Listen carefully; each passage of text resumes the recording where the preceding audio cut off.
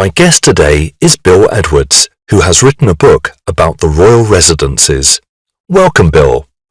Thank you. So, first of all, how many residences did the Queen have? Well, the Queen herself had 6 royal homes, though she owned only 2 of them.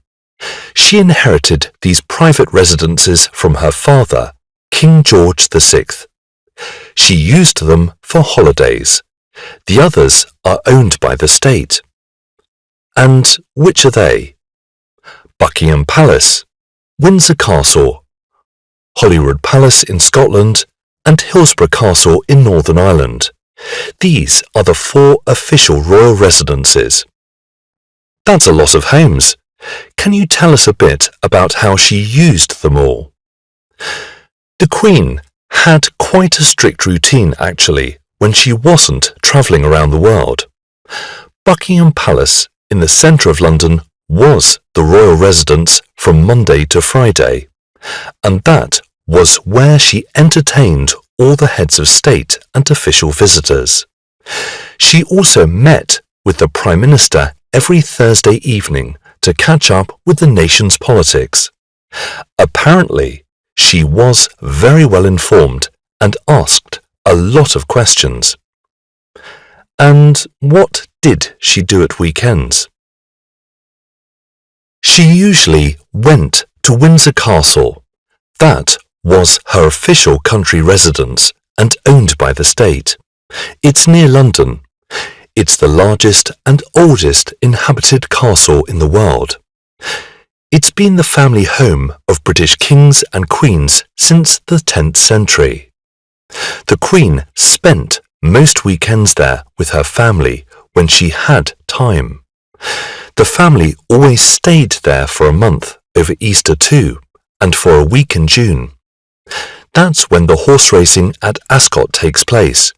She loved Ascot and owned some nice racehorses. Where did she spend her other holidays? Well, Christmas and January were spent at Sandringham House in Norfolk.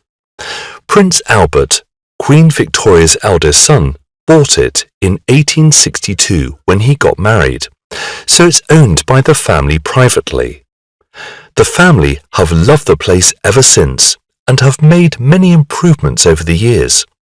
The house was hit by bombs in the First World War, and there were huge holes in the ground that filled with water. King George VI turned the holes into duck ponds. Really?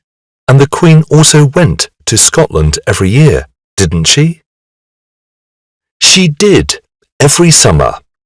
The family stayed at Balmoral Castle in the Highlands of Scotland. Queen Victoria fell in love with the Scottish landscape and bought a private house so that the family could holiday there.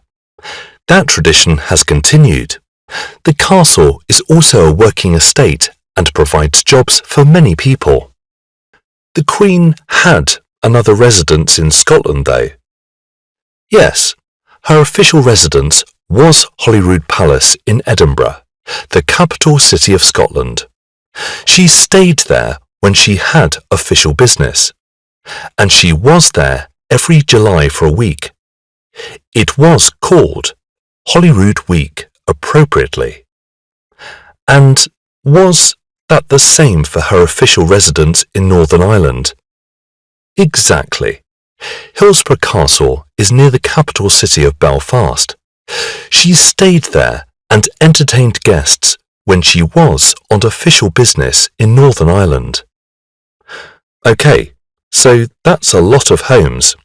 How did the Queen look after them? Well, some were open to the public when the Queen was not in residence.